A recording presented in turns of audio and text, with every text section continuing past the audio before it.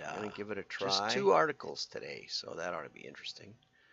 Let's see. Okay, 5, 4, 3, 2, 1. I'm John Miglosh for the WDMA, and we're going to be talking about advertising today, and then we're going to be talking about integrating direct mail with other channels. Excellent article by Jeff Tarrin from Gunderson. But before we do, we're gonna delve a little deeper into a commercial today, and I don't know how I missed it. Maybe it wasn't on the Super Bowl, but it's a really good one from Aldi called the Aldi Heist. And then we're going to go over to System1 and see how they analyze commercials, which I have never really connected up for you or for myself. And so I think that'll be good. What we start with is a father and daughter at Aldi. Excellent, signage all over the place, and you're going to see Aldi about 1 million times. Here's Aldi Fresh, which is kind of the subject of the commercial. And let's get started. Here we go. Something's not right. Guaranteed fresh meat and berries at this lower price. It's got to be a mistake. She's on to us. Breathe. Dad, can I... Play cool. Don't look back, don't look back, don't look back, don't look back. You look back!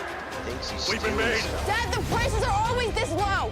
Get in the car! At Aldi, everything we don't do is for you. Like, we don't make you choose between fresh and affordable.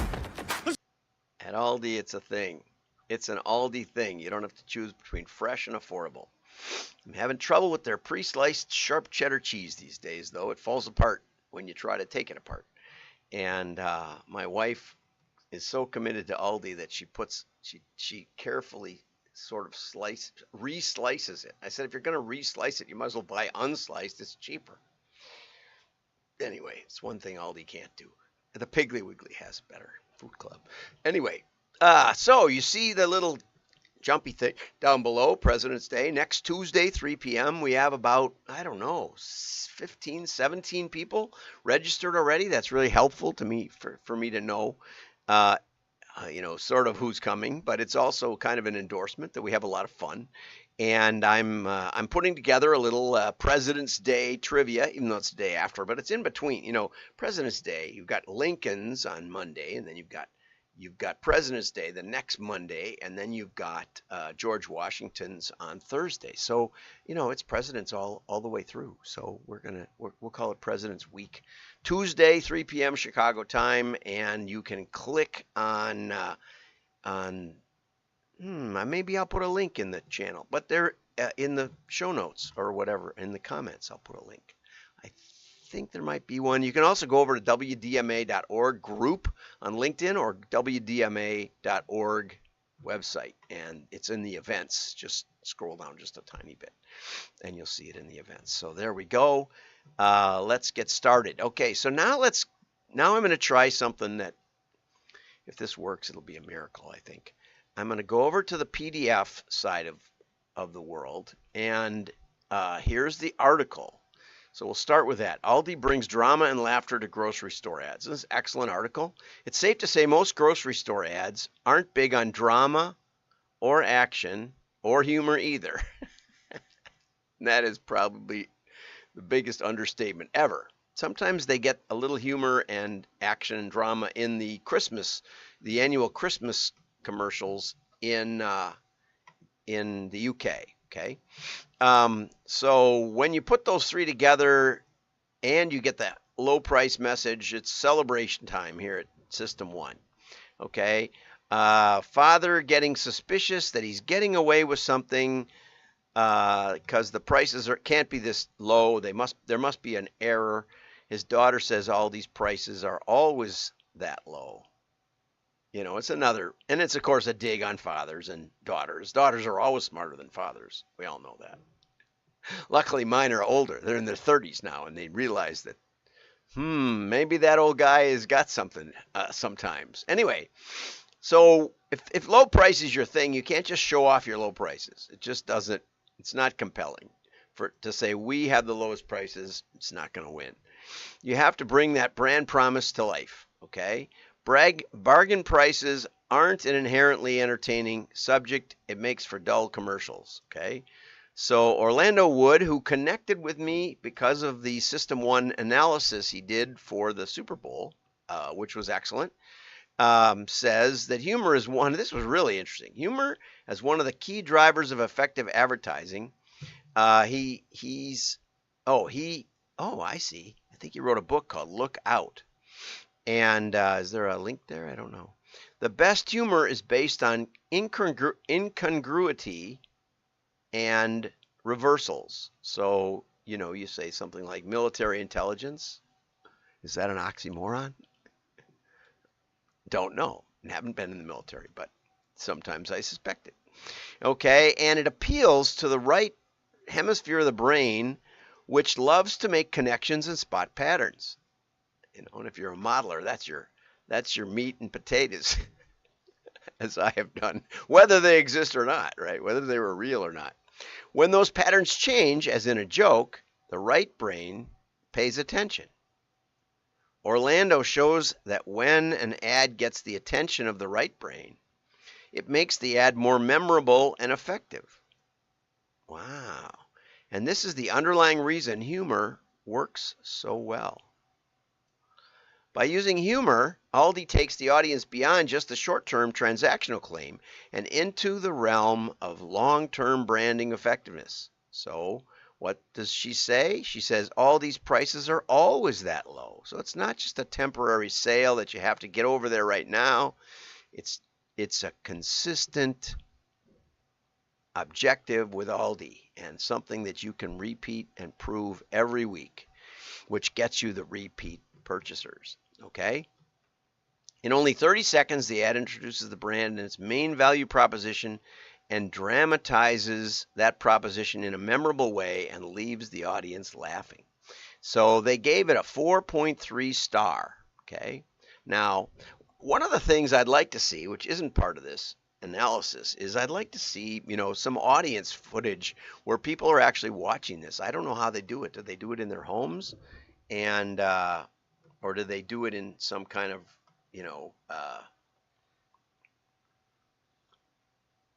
some kind of research lab or something? I don't know. But anyway, here's the link. I think this works. Let's go over here to the Aldi humor test. Now it went to a place that doesn't help me any. So let's try and copy. Nope, that didn't work either. We'll go over here and get the link. Control C, and we'll put it up here where it belongs in my viewable spot. Okay, let's try that. I knew this would be rough. I knew that there was high risk, but we're going to go for it anyway. We're going to go for it. Now, why it's sideways, I don't know. We'll view the report, and it's still sideways. I'll try and make it bigger. Let's see if that looks better. Vaguely better. Okay. So, not really. Not really. It doesn't fit in the lens very well. Okay, right. So let's try this.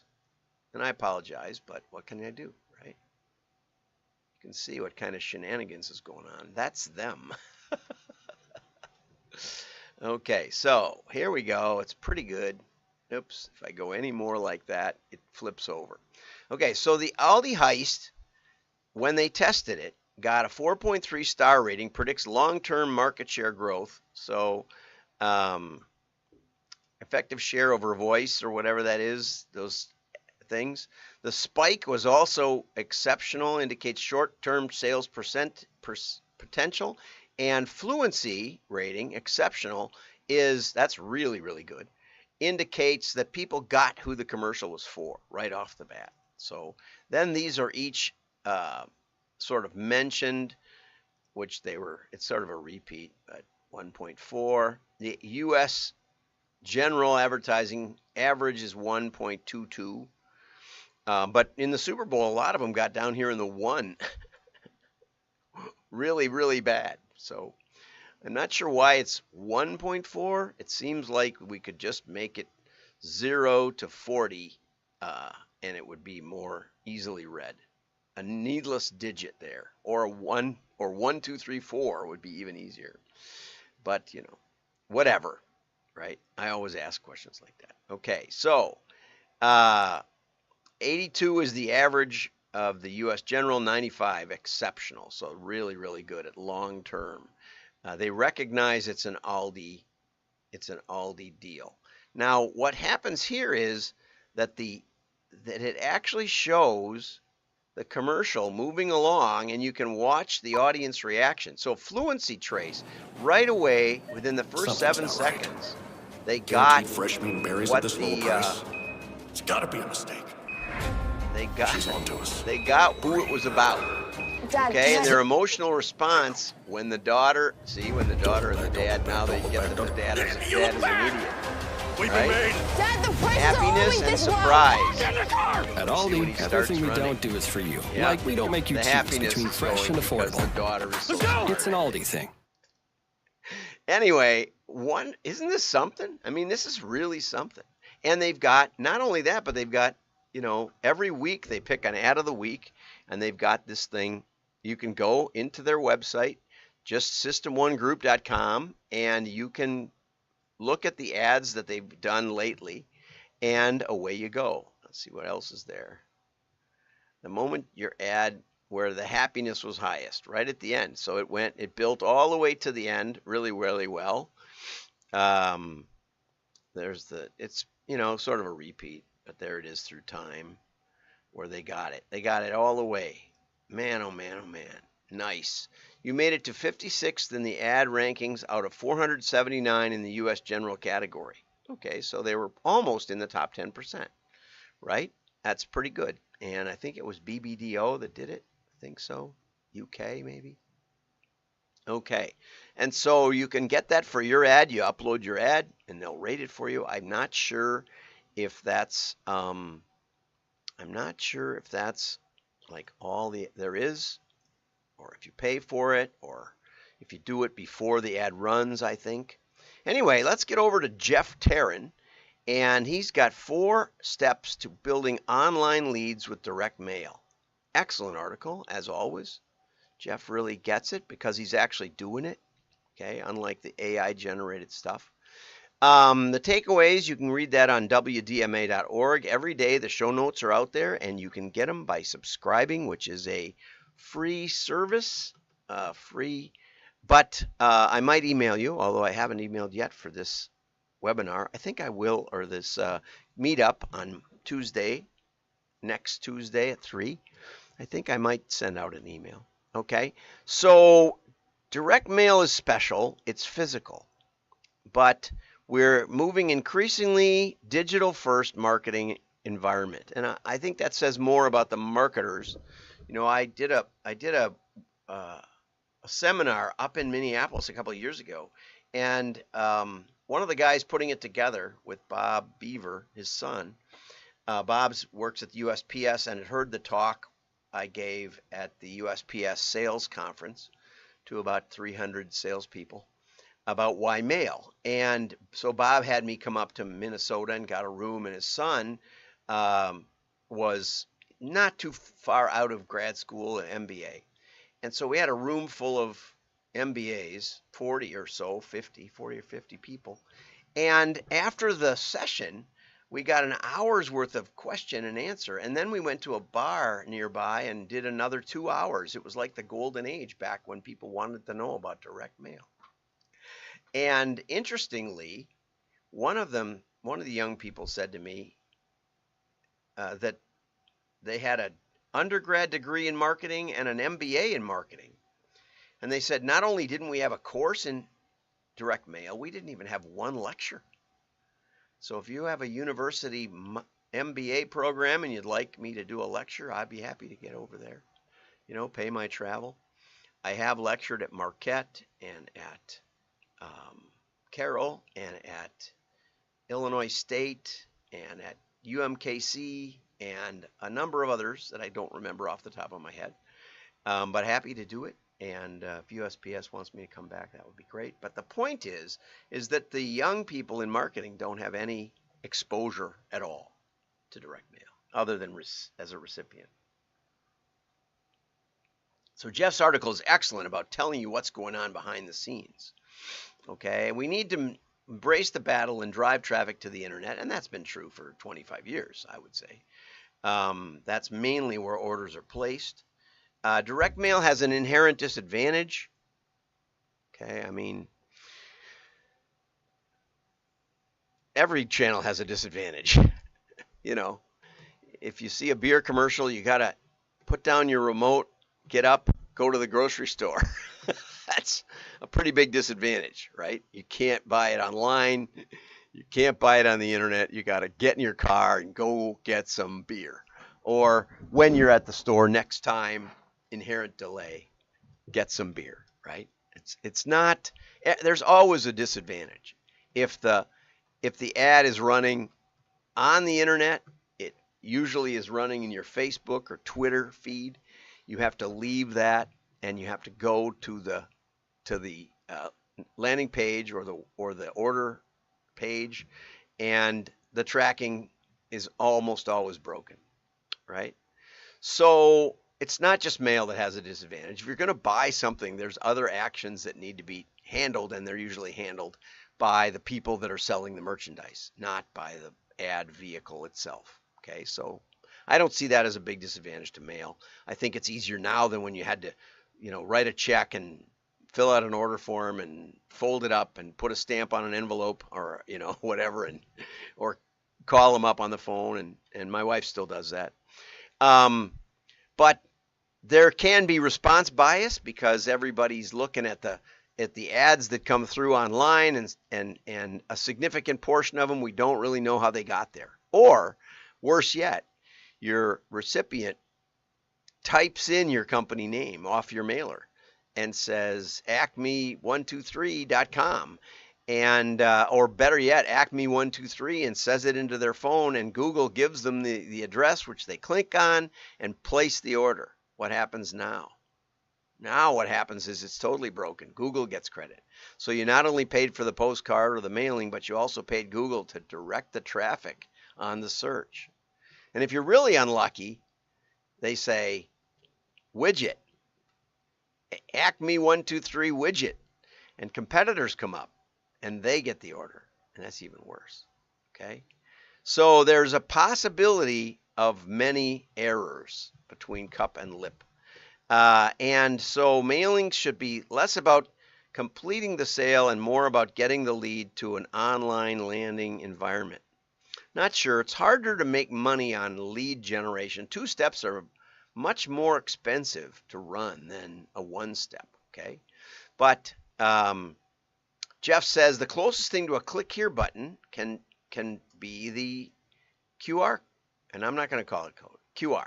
QR is enough. Quick response. Call it a quick response button, if you will. It's wonderful. Okay. But what's funny is that most mailers, most of the serious mailers, the catalogers I've worked with in the last 20 years, don't do that. Not really. They don't even want a QR code on their catalog for the most part. What they do is they track who got mailed. And if somebody says Hammacher Schlemmer and Google sends them there, that's okay. They compare the orders in the recent past after the mailing and look at who got mailed. And we can even test the attribution and the incremental lift, no matter what the source that the internet or Google Docs or Google ad tracking says. We can actually look at who got mailed and who placed an order. How cool is that, right? We can actually know, and whether it's at retail, especially if you ship it, like Lovesac in that case study, we would look at all of the orders that came in online or in the store, and we would figure it out. They used credit card number as their account number, so we could even track it back on the whether they lived in house A or house B if they were snowbirders. Okay, so anyway, then Jeff talks about all the connections, the informed delivery, mobile display targeting, and email. He doesn't mention informed visibility, which I learned about from Market Builders down in Phoenix, Keith Lawson and Paul Lawson. And what Informed Visibility lets you do is connect the email to the delivery date. The Postal Service, if you sign up for Informed Visibility, which I believe is free, they will tell you when the mailing piece got delivered by individual, by household. Now you can email, if you bought a list that has email, or if it's your customer list that has email, you can do an email saying, hey, it's in your mailbox from the merchant, not from the USPS informed delivery, which I get every day and never look at.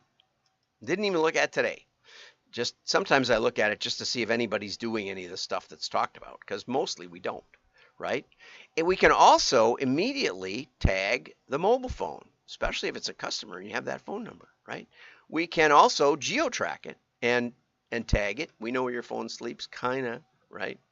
And so there's ways that you can, Direct Mail 2.0, I should mention, has a system that facilitates this.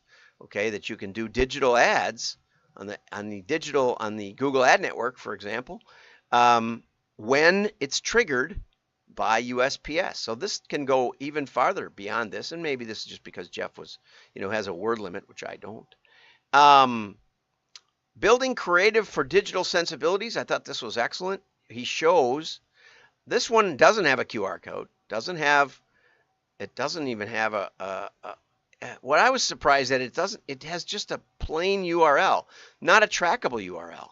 That is not trackable, okay? So what you really want is you want a PURL here, which means that it's keyed to the individual recipient's name and address, so that when they go there, and presumably they have to register for this ZocDoc app, the registration is already to some extent filled in, say because this is a personal URL. Okay, and it will take you to a pre-filled application page. Okay, something else you could do, not even a QR on this thing. Okay, and then finally, Jeff suggests putting a picture of a cell phone in there to show that it's mobile friendly, or a laptop. Excellent idea.